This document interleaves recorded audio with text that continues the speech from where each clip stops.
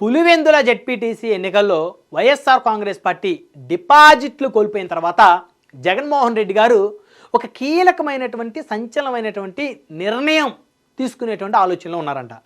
అదేంటది అనుకుంటున్నారా? సతీష్ రెడ్డికి పులివెందుల వైసీపీ బాధ్యతలు అప్పచెప్పాలని జగన్మోహన్ రెడ్డి గారు అనుకుంటున్నారు. అదేంటది? సతీష్ రెడ్డికి ఎందుకు పులివెందుల బాధ్యతలు అప్పచెప్తారు? పులివెందుల ఎమ్మెల్యేగా జగన్మోహన్ రెడ్డి గారు ఉన్నారు, కడప ఎంపీగా అవినాష్ రెడ్డి గారు ఉన్నారు. సో అలాంటప్పుడు మళ్ళీ సతీష్ రెడ్డి గారిని తీసుకొని వచ్చి ఎందుకు పులివెందుల వైసీపీ బాధ్యతలు అప్పచెప్తారు అనేటువంటి డౌట్ చాలామందికి రావచ్చు. పులివెందుల అసెంబ్లీ నియోజకవర్గంలో 1978 నుంచి 2024 వరకు వైఎస్ఆర్ కుటుంబీకులే ఇక్కడ ఎమ్మెల్యేలుగా గెలుస్తూ వచ్చారు. ఈ నియోజకవర్గం ఆ కుటుంబానికి కంచుకోటగా మారింది. అలాంటి పులివెందుల నియోజకవర్గంలో ప్రస్తుతం వైఎస్ఆర్ కాంగ్రెస్ పార్టీ తిరుగులేనటువంటి మెజార్టీతో దూసుకుపోవాల్సినటువంటి పార్టీ ప్రస్తుతం వ్యతిరేకతను ఎదుర్కొంటుంది.